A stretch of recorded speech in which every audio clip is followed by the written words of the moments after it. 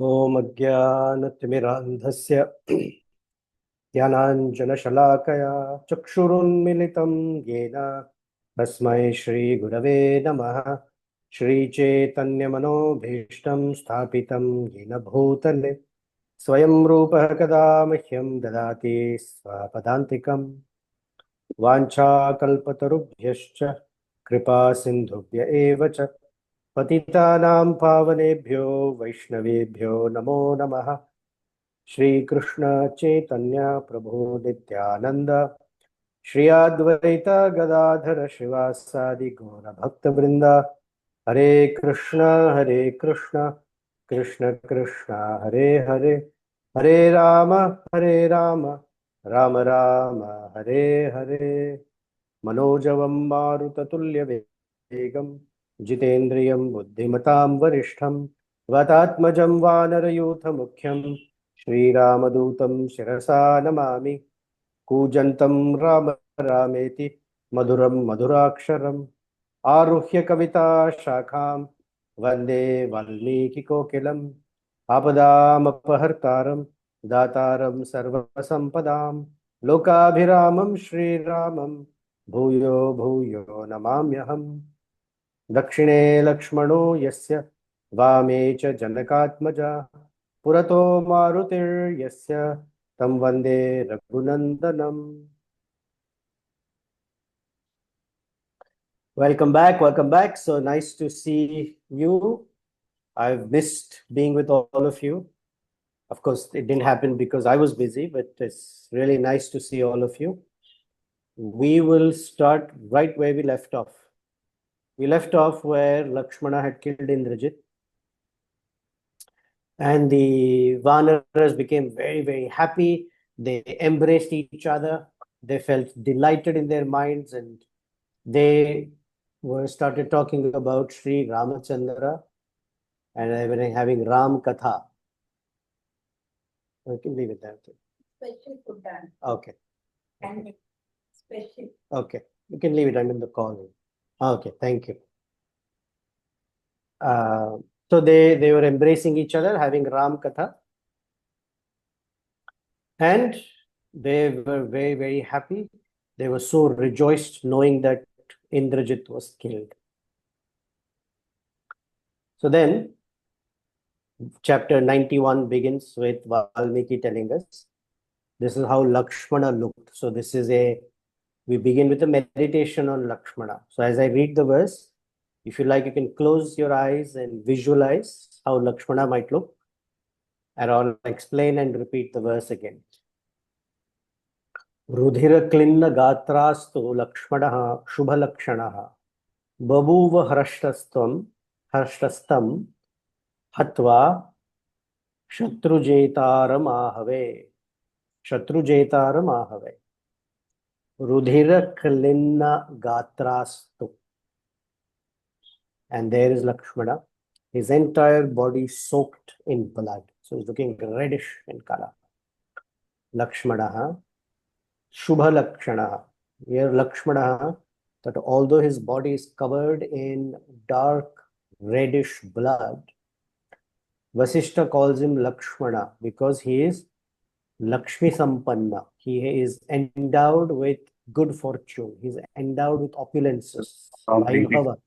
Someone's inside, so I can't hear it. And Valmiki gives us another adjective, Shubha Lakshanaha. Another phrase, Shubha Lakshanaha. That his body, although pierced with arrows and lances and cuts and marks and bleeding, Shubha Lakshana, his body is full of auspicious, good, very pure and wonderful signs on him. Shubha Lakshanaha. Babhuva Hashtam Hatva Shatrujetaramahavet. And he was feeling great joy after having killed the demon who had conquered all of his enemies. Who is that? Indrajit. Now Lakshmana along with Jambavan and Hanuman, because they were on the battlefield with him. They went to where Sri Rama and Sugriva were together. And they were leaning on or taking the help of Vibhishana and Hanuman. Vibhishanam avashtabhya, leaning on, because Lakshmana is wounded. He has an arm. You can imagine that he has an arm around Vibhishana and is brought to where Sri Ramachandra is. Now, as soon as he comes in the presence of Sri Ramachandra, this is what Lakshmana does. This is a point of culture, a point of respect, regard, proper way of behaving in the presence of Sri Ramachandra. Tato Ramam abhikramya Saumitra abhivadya cha tatasto bhratru samipastha indranujo yatha. Tato, at that time, Ramam abhikramya, he circumambulated Sri Ramachandra. Saumitrir abhivadya cha. So, going clockwise around Sri Ramachandra, the son of Sumitra, Saumitra, stood Bhratur Samipastha, stood very close to his older brother.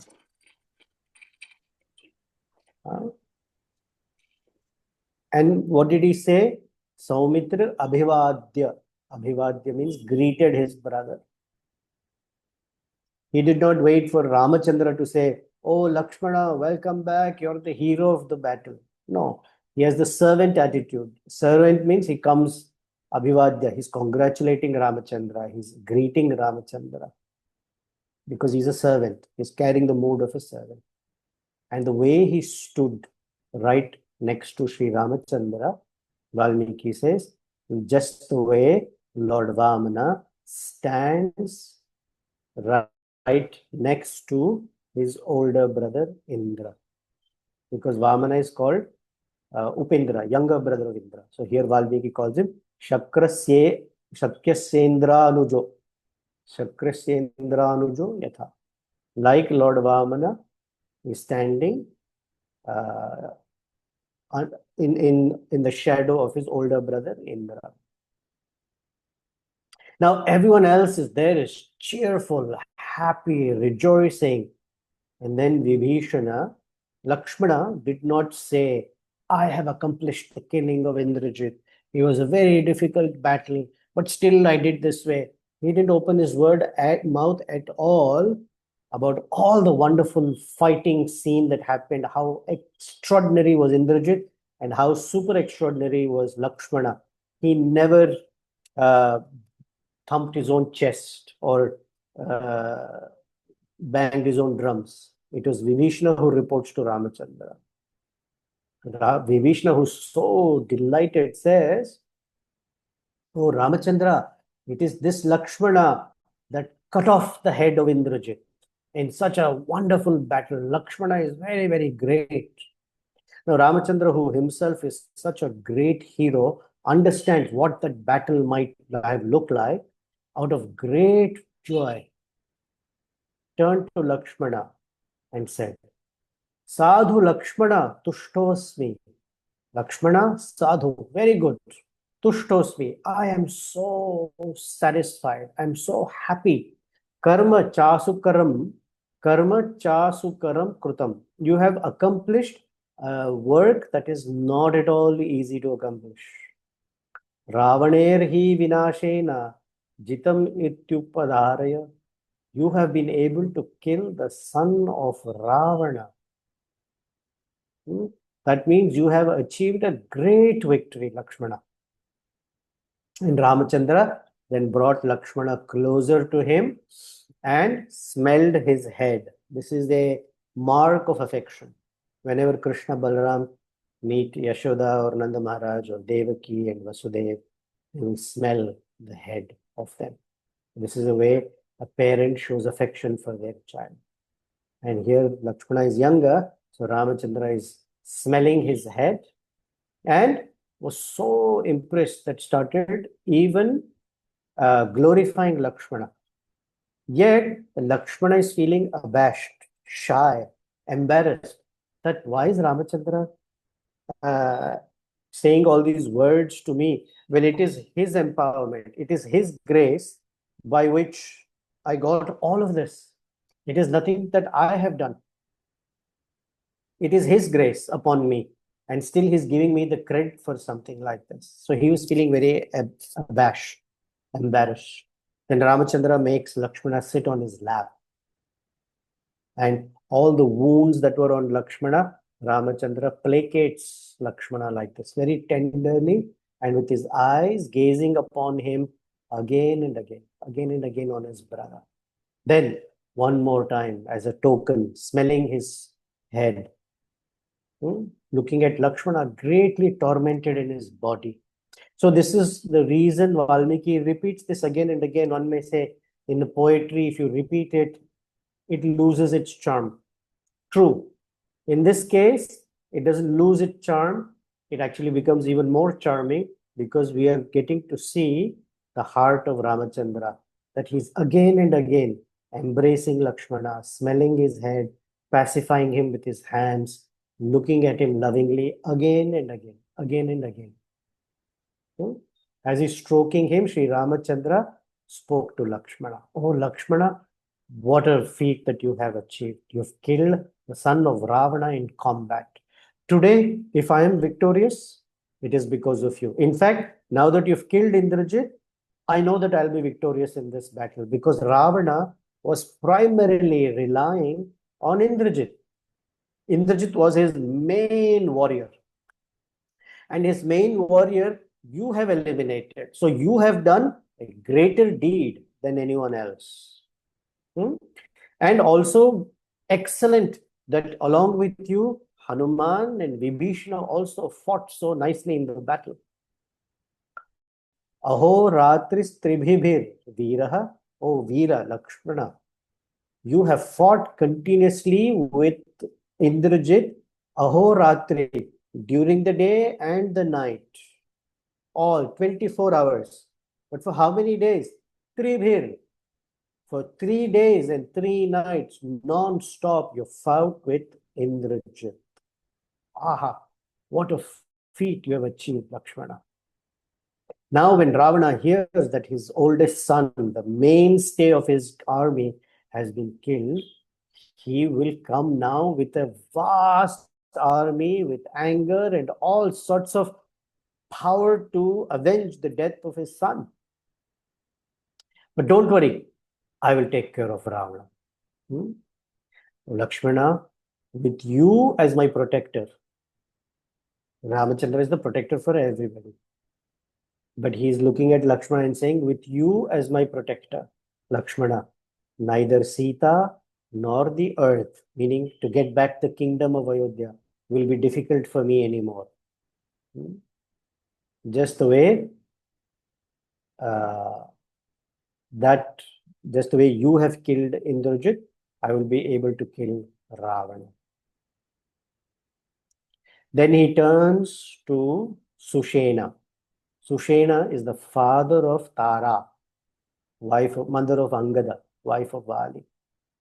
And tells Sushena, and Sushena is the doctor in the army, treat Lakshmana nicely with all your medicinal herbs that are required so that in Lakshmana's body there should be no pain.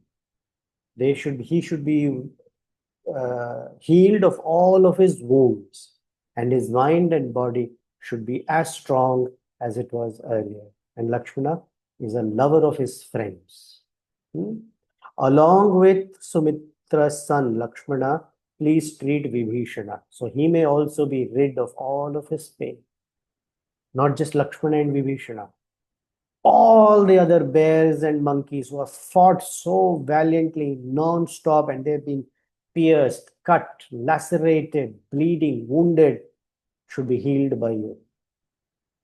So bring that herb and take care of Lakshman. It's called Vishalya Karni. Vishalyaha. Sa tasya gandham agraya. Gandham agraya. Make them smell that herb called Vishalyaha. And then all their pains and wounds will be gone. And just as Ramachandra said, Sushena gave these herbs, it's called Vishalya, for them to inhale aromatherapy. And suddenly and quickly, all of them were healed from their wounds, their bodily pain, and any distress that they had. Now, they were all back in their normal state, freed from any wounds or marks of pain. At that time, Tadeva Ramaha Plavangadhipas Tatha Vibhishanascha Viryavan Aveksha Ramachandra and Sugriva, the king of all the monkeys, along with Vibhishana, Jambavan, the lord of all the bears, rejoiced for a very long time because Lakshmana was back, active, healthy, and full of joy. Aveksha Saumitrim Arogam Upasthitam. Arogam. Not in any way, Rogam means sick. Arogam, healthy. Upasthitam, standing strong. Muda, Sasainyaha. Muda, enjoyed, happy, relished. Sasainyaha, Suchiram. Jaharshire, Jaharshire. They became all rejoiced. For how time? How long? Suchiram. For a long time. Chira means long, Suchiram. For a nice long time, they all enjoyed their victory. Ramachandra is happy. Sugriva is very, very happy as well. But unfortunately, or whatever, on the other side of the battlefield, someone else is not happy at all. Ravana is unhappy. Hearing that Indrajit was killed, he had fallen in battle.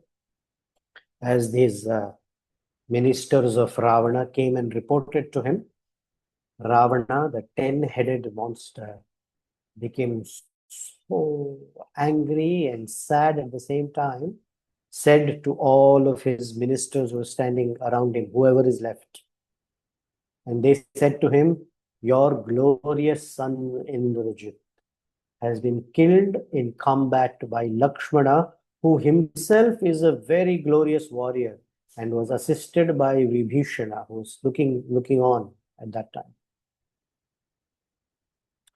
When Ravana heard this, Ravana's body started to tremble with anger.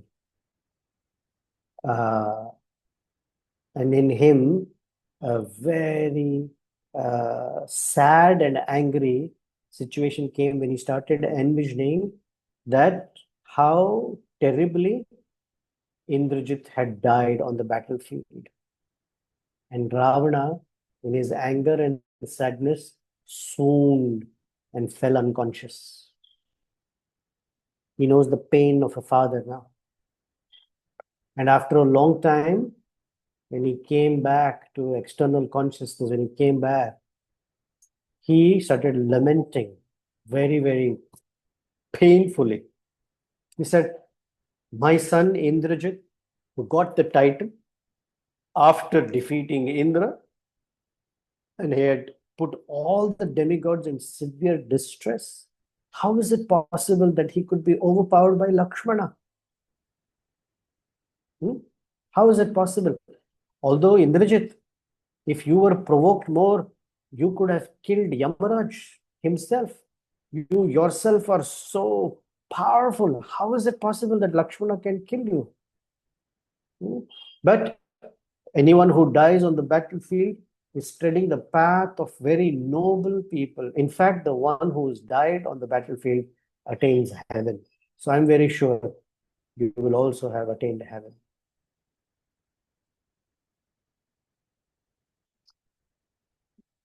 Then Ravana said, without Indrajit, All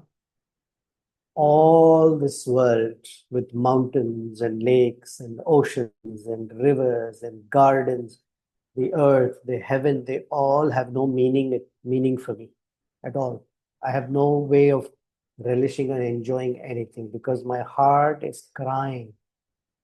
And today I am going to, when I go back and give this message to my queens, they will all cry loudly. The entire female quarters will be full of crying and loud thumping of their chests, just like female elephants will cry inside a mountain cave. Can you imagine the state of his mother, Mandodari? Hmm? Oh, Indrajit, your mother and I, and all your consorts, Indrajit, you have so many wives. They will all cry that where have you gone? And they will miss you terribly, oh Indrajit.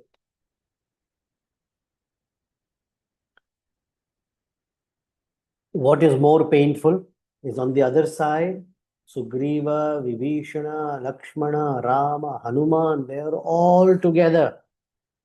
And I'm the only one who has lost my prized possession, my son. So as he's speaking this, a very violent anger arose in Ravana. Evam Adi Vilapartam. Evam Adi Vilapartam. Like this. Vilapa means is lamenting. Artam in distress. Ravanam Rakshasadhipam. The king of the Rakshasas. Avivesha. He entered into a state, Mahan Kopaha, of great anger. Putra Vyasana Sambhavaha. It has come about by Putra Vyasana, that he is from the loss of his son. That the pangs of pain that were coming into him were so difficult that in him the fire of anger was burning with such intensity that it was like the sun that is burning and becomes brighter in the summer. Like a summer sun where everything is so hot, with eyebrows contracted like this in anger. He seemed like the ocean with large waves when the universal destruction is about to begin. That means the ocean is going to cross its limits and in a deluge wash everything off. That is the anger that is rising in him. And from his mouth, that anger, that as he's yawning, he felt like bursts of flames were coming out of his mouth, just like how Vritrasura had died when Indra killed him. Ravana's eyes, which were naturally red, were glowing even more reddish, and they looked dreadful.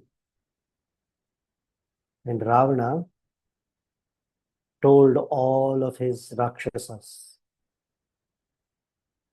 I have performed austerities for thousands of years. I got the blessings of Lord Brahma, the creator of this universe, after all my austerities. And he was pleased with me, and as a reward, he had told me that there is no danger for me from any of the demons or the gods. He gave me a very special armor. And that armor given by Lord Brahma is as effulgent as the sun and cannot be pierced by any weapons. Especially the Divya, the celestial weapons that the Devatas have. In fact, even Indra, who has a thunderbolt in his hand, cannot smash this armor. So if Indra cannot destroy me, who can destroy me? So, get my chariot ready. Bring my mighty bow, which was also gifted to me by Lord Brahma, along with the arrows that he gave me. And I want that bow to be transported on mighty elephants with hundreds of trumpets blowing, loudly being played.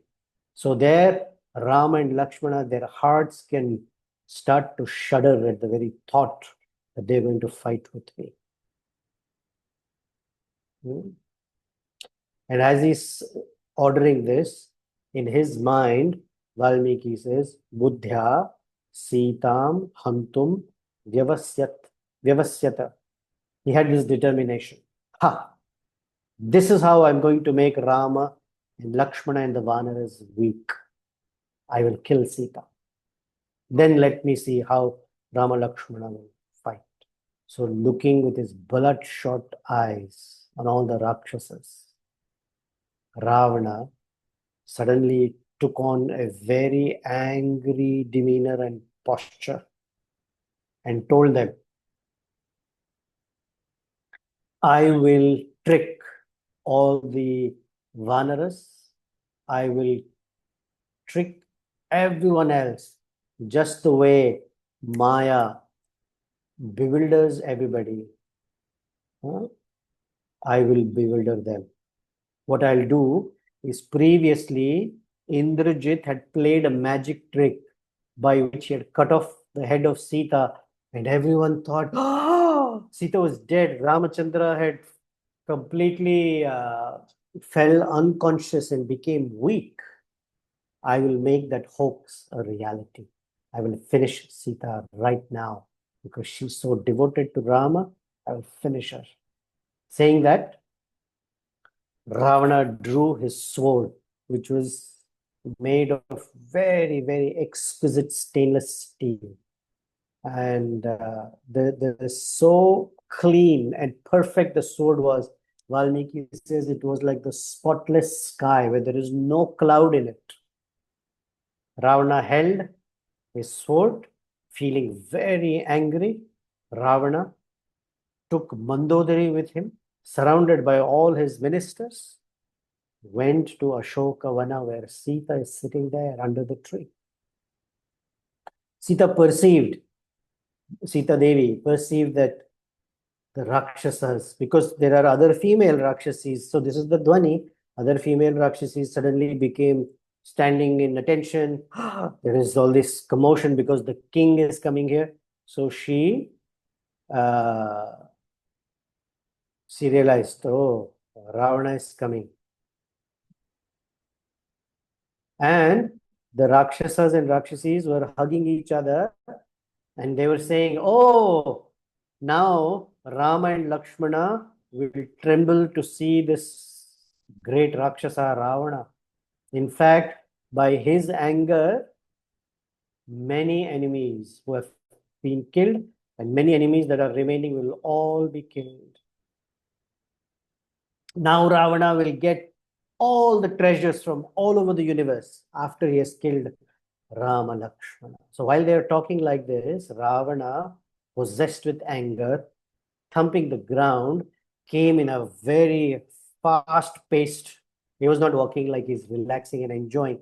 Very fast-paced, with a great motivation, came into Ashoka Vana.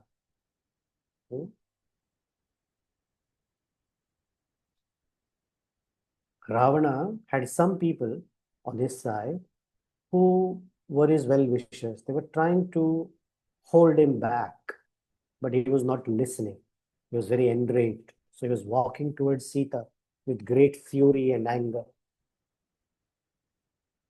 Sita Devi saw Ravana walking towards her with a sword in his hand.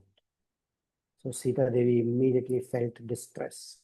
Tam nishamya sanistrisham vyatita janakatmaja nivaryamanam bahushaha. So she felt distress and to see Ravana, although she was also seeing that some people are trying to discourage him from doing such a heinous, dastardly act. But possessed with a sword, Ravana was walking. So Sita spoke. Now, whether she spoke to Ravana himself or she's speaking to herself, she said, from the way this fellow, so unless she's speaking to Sarama or somebody, but she's speaking. He's saying, from the way this fellow is rushing towards me, I can sense that he's very angry and he's going to kill me. As if I am anatha, that I don't have a master, my husband, Sri Ramachandra. Although many, many times he has tried to sway my determination by tempting me, by entreating me that I want to be your husband, be my consort, enjoy like anything, nothing will stop you. That these two brothers cannot do anything for you. But I know that the way he is so angry, something must have happened. That Ravana is intent on killing me. It is possible that there is something happened on his side by which his anger is aroused, or maybe those two great heroes, Rama and Lakshmana, have been struck down in battle and have been killed. And when I hear the loud roaring of the Rakshasas, and they're all calling out to their loved ones, I can tell something must have happened. Pity on me that my life has to come to an end like this, that my two heroes, Rama, Lakshmana, the two who were there to protect me, now I have absolutely no protection. Or it is possible they have not been able to kill Rama and Lakshmana, and Ravana in his anger, because he can't kill Rama and Lakshmana, instead wants to kill me. But if what will happen? Oh, alas, I should have taken Hanuman's advice. When he told me, Sita Devi, come with me, I will unite you with Ramachandra right away.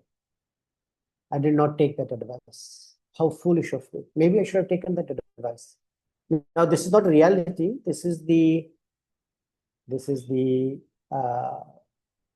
vilapa, or the distress of Sita, imagining that Rama and Lakshmana are dead. Vilapa. So she says, oh, how can now I have lost that very shoulder or the lap of Rama where I would rest my head. I cannot imagine how much pain Kausalya will be in. When that news will break to her that her darling son, Sri Ramachandra, was killed in battle. In fact, she will cry and cry and recall his birth, because she's very elderly and she did not have a child for a very long time. So she will start crying inconsolably, and she has to perform his last rites. Horrible. That mantra, the root cause of all problem. If mantra had not spoken to Kaikeyi, today would not be in this situation. And in the meantime, seeing all this horrible situation, what will happen to Mithila? At this time, as Ravana is rushing towards Sita Devi, one messenger, not one minister, who has his head on his shoulders, is intelligent enough. His name is Suparshva. Suparshva. Parshva means sides. Suparshva means his body is very well shaped. Like, you know how you've seen weightlifters and those men who have very good physique, their body has a V shape. And that's what people want. Slender waist and broad chest makes it a V. So that's Suparshva. Very well formed sides. He stepped in. Even though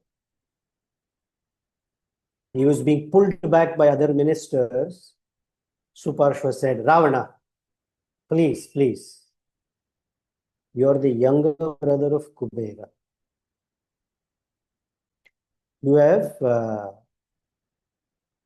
have put Sita in such a condition, and now you are putting all sense of dharma,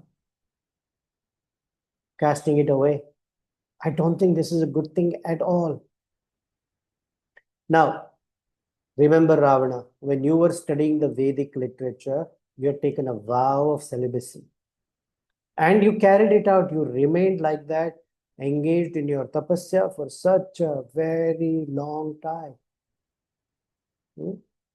When you have such restraint in you because you want to achieve something and you are able to achieve it, why would you want to kill a woman and destroy all that you have worked for thousands of years you've meditated on? In fact, please take care of Sita. Don't kill her. Because if you do something to Sita, the wrath of Rama will be even worse than what we are experiencing. I don't think that's a good thing at all. In fact, you want to take action, don't kill Sita as a helpless woman. Put all your energy into the battlefield. Go fight there. When you fight there and win a war, then the glory will come to you. Otherwise, for the rest of history, you will go down into the worst pages. And that is not what you want. You are such a mighty king. You have such a wonderful chariot. You are such a Maharathi. You can fight. Ratha Pravaram Asthita. You can stand or be situated in your best of chariots. You have such wonderful weapons, swords, bows, arrows.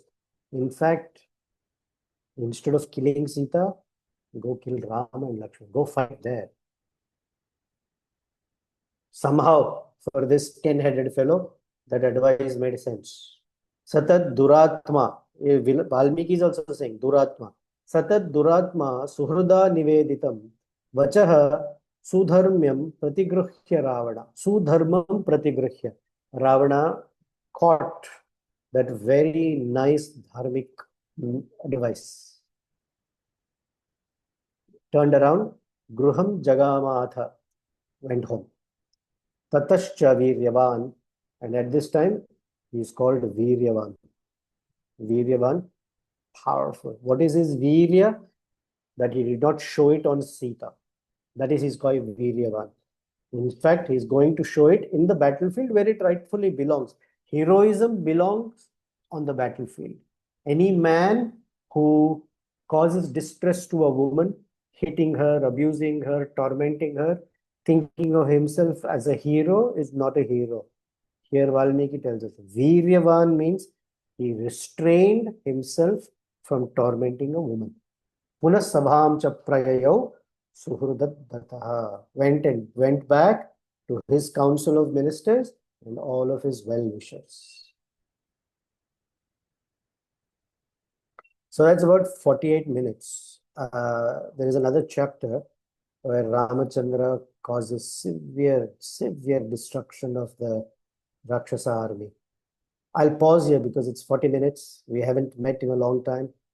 Let's see if there are any reflections, thoughts, comments, questions.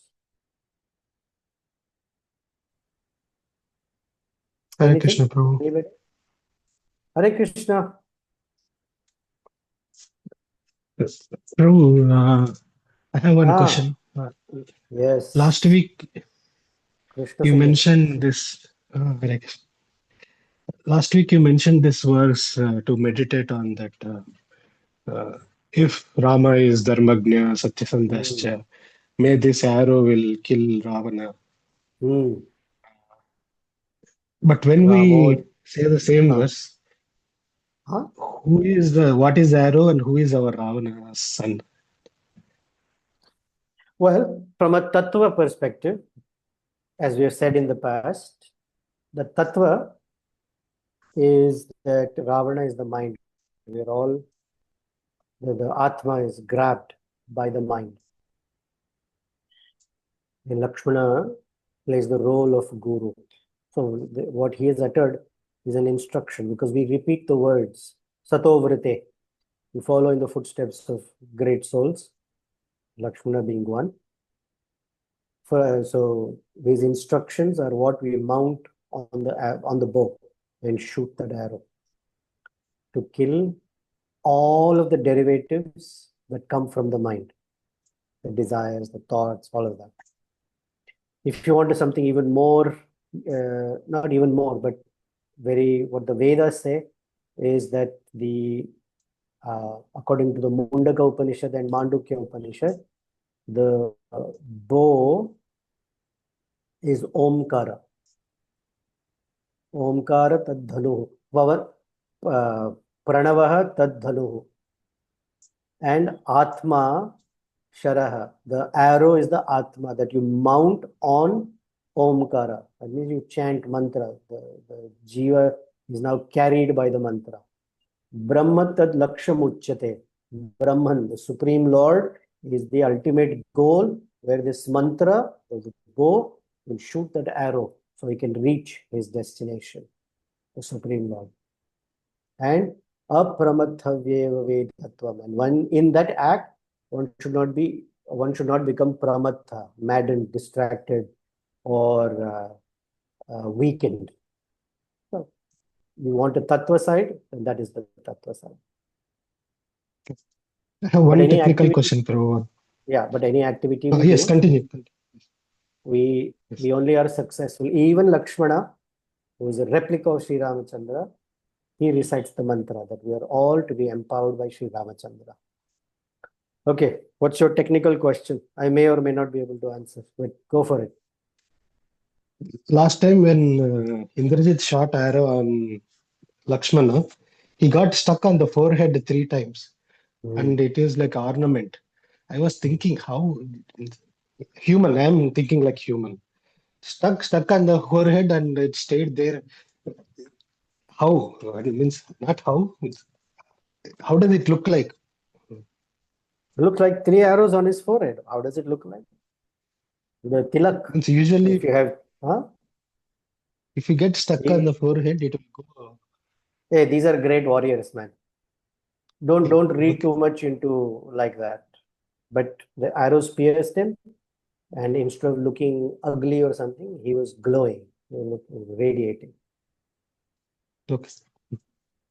The moon has spots, still looks grand on full moonlight.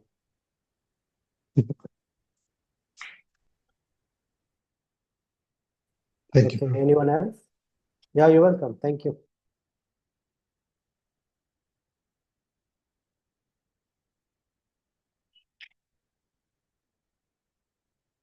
Okay, no questions, no reflections. Thank you.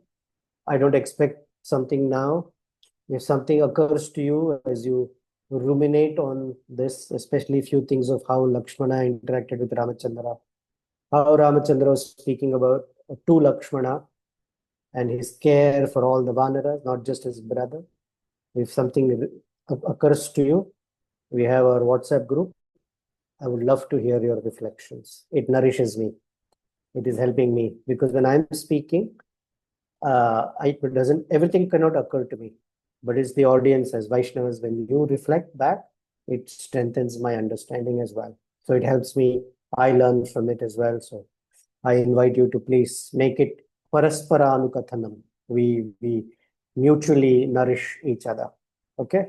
Until then, may Sita, Rama, Lakshman, Hanuman be our constant guides, showing us the path towards their lotus feet, because that is our safe, happy place.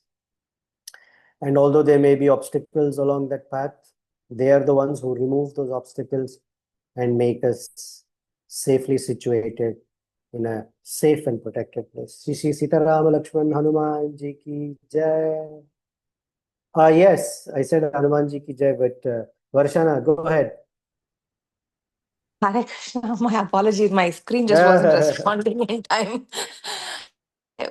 My reflection was that, at this stage of my life, I am seeing that devotees are my protection. Just like, Yes. here we see the Suparshva giving, even at this moment, he was able to give some nice advice to Ravana. So as long as I remain protected in devotees association, I remain like Mara in the spirit of our Vaishnava etiquette that we have recently heard, if I can relate to devotees in a respectful and kind manner, then, and if I remain in their association, then that is my protection. Even though, I have a tendency to go wayward every now and then, or pretty much all the time, I can still hope for redemption. So anyway, that was my reflection. Thank you. you've inspired me to share with you an anecdote. Is that okay? Yes, Prabhu, please. Okay. So, one of my senior god brothers, I will say the name,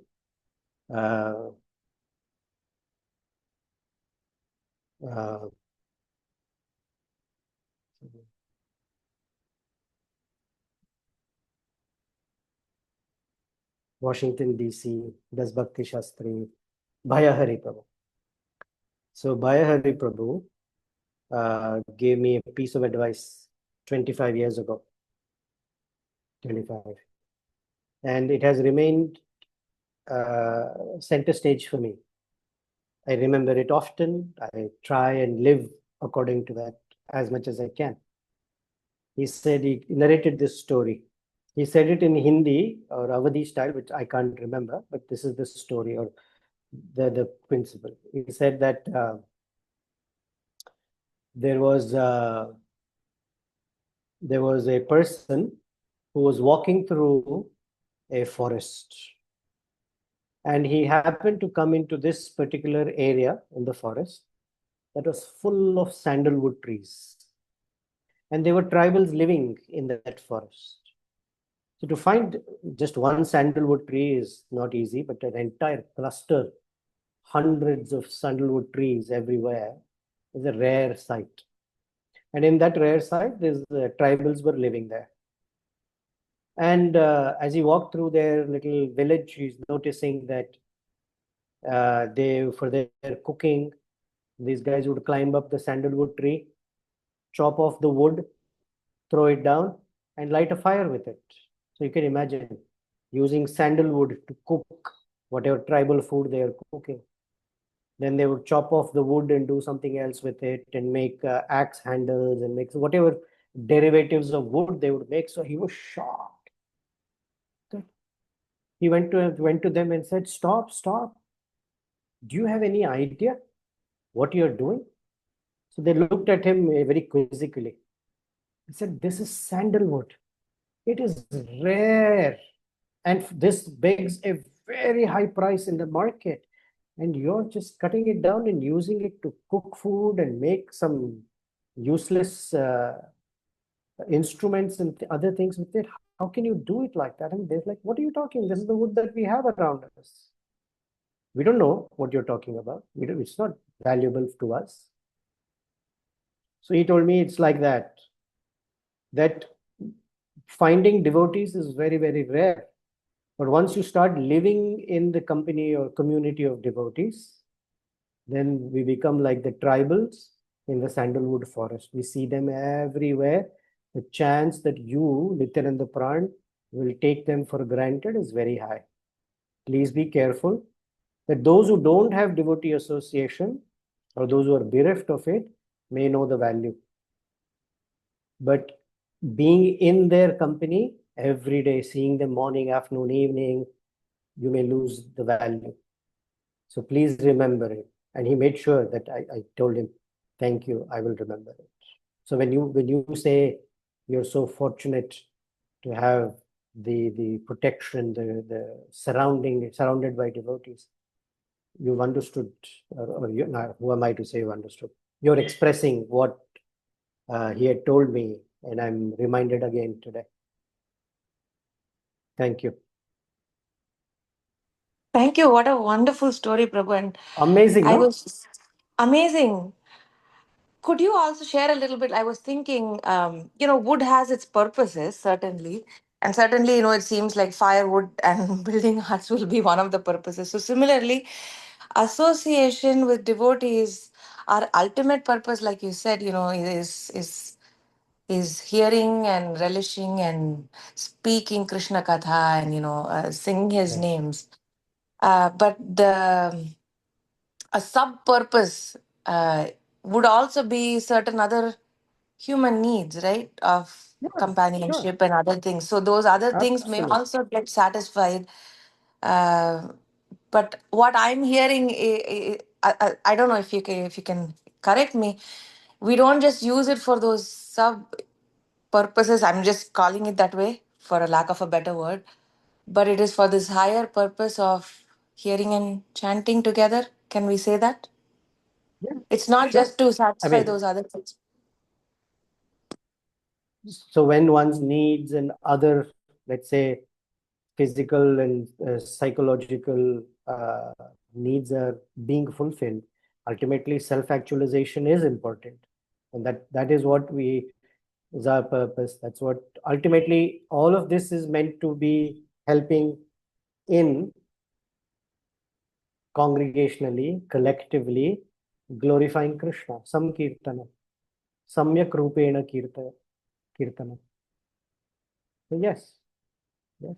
It doesn't diminish or make the devotee association less because, hey, my social needs are being met. I mean, where else can we have our social needs met if not with the devotees? Because we are suhrad. We have not suhrad, uh, sahrada. Sahrada means of the same mind, like-minded. So we want devotees because we have like-minded aspirations.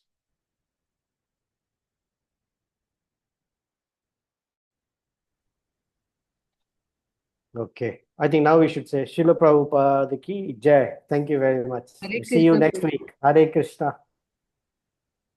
Prabhu.